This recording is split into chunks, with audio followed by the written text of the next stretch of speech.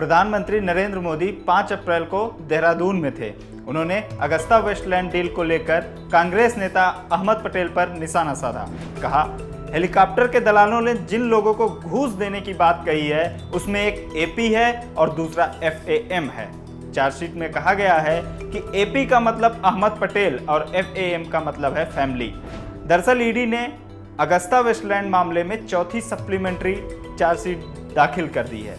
मोदी इसी का जिक्र कर रहे थे। अहमद पटेल ने पलटवार किया, आक्रामक भाषा में बोले, नरेंद्र मोदी को तो सब जानते हैं, गटर लेवल की पॉलिटिक्स करते हैं, जैसे देहात में कोई म्यूनिसिपैलिटी का पॉलिटिक्स कर रहा हो।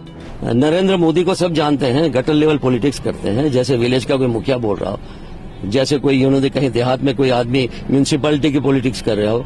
लेकिन कहावत है ना, चोरों को सारे नजर आते हैं चोर। न्यायपालिका है, जाए करें, हम दोषी हैं तो हमारे सामने कार्रवाई करें। अहमद पटेल ने बड़ी आक्रामक भाषा बोली, लेकिन दिक्कत ये है कि अपने नेता की पॉलिटिक्स पर चुप हैं। अगर वे गटर पॉलिटिक्स जैसा कठोर शब्द और कुछ हद तक अमर्यादित शब्द यूज करना चाहते हैं तो करें, लेकिन वे ये क्यों नहीं बोलते कि राहुल गांधी भी ऐसी ही पॉलिटिक्स कर रहे हैं। राहुल ने मोदी और लालकृष्ण आडवाणी के बारे में जो टिप्पणी की वो किस लेवल की है। क्या बोले राहुल गांधी? राहुल गांधी महाराष्ट्र की चंद्रपुर लोकसभा सीट में जनसभा को संबोधित कर रहे थे। उन्होंने अपने घोषणा पत्र की बातें की, अपनी न्याय स्कीम की बातें की, भाजपा नेताओं को बंटवारा करने वाला बताया, लेकिन फिर खुद हिंदू मुसलमान पर उतर आए। यहाँ तक रुक जाते तो भी ठीक था, लेकिन रुके नहीं। रुकते भी कैसे? बदजुबानी में एक दूसरे से नीचे गिरने का कंपटीशन जो चल रहा है।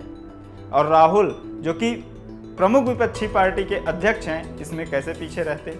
बोले, हिंदू धर्म में सबसे ज्यादा जरूरी होता है गुरु, और मोदी जी के गुरु कौन है? आडवाणी जी। शिष्य गुरु के सामने हाथ भी नहीं जोड़ता, स्टेज से उठाकर फेंक दिया गुरु को। जूता मार के आडवाणी जी को उतारा है स्टेज से। और फिर हिंदू धर्म की बात करते हैं। हिंदू धर्म में कहाँ लिखा है कि लोगों को मारना चाहिए? कहाँ लिखा है कि हिंसा करनी चाहिए? कहीं नहीं लिखा है। राहुल का ये बयान इस बात पर तो मुहर लगा देता है कि देश में गटर लेवल की पॉलिटिक्स हो रही है और इसमें कोई कम नहीं है। वे भी नहीं। उन्होंने हिंदू धर्म की श्रेष्ठता पर जोर दिया। क्या वे कहना चाह रहे हैं कि हिंदू धर्म के अलावा बाकी धर्म हिंसा की ही बात करते हैं? क्या दूसरे धर्मों में गुरु का सम्मान करना नहीं सिखाया जाता?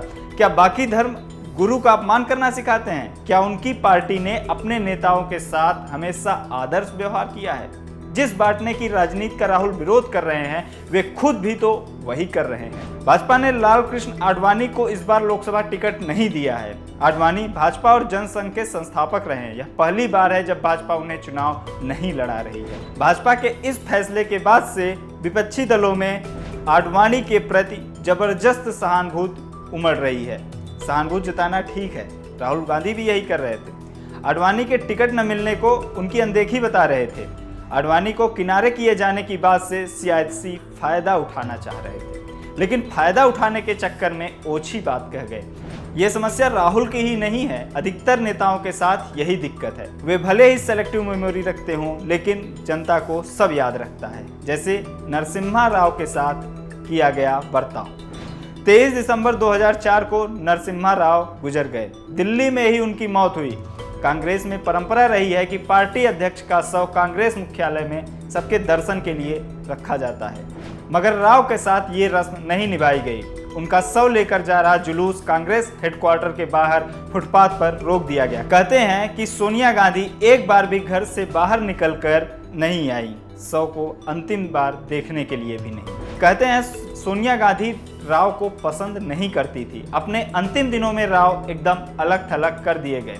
राहुल को वो इतिहास भी याद रखना चाहिए और उनके नेताओं को भी। धन्यवाद। खबरों में भी आ गया है पहले आओ पहले पाओ ऑफर। दी लल्लन टॉप ऐप एंड्रॉइड पर है ना, तो न्यूज़ का ख्याल करो, सबसे पहले इंस्टॉल करो।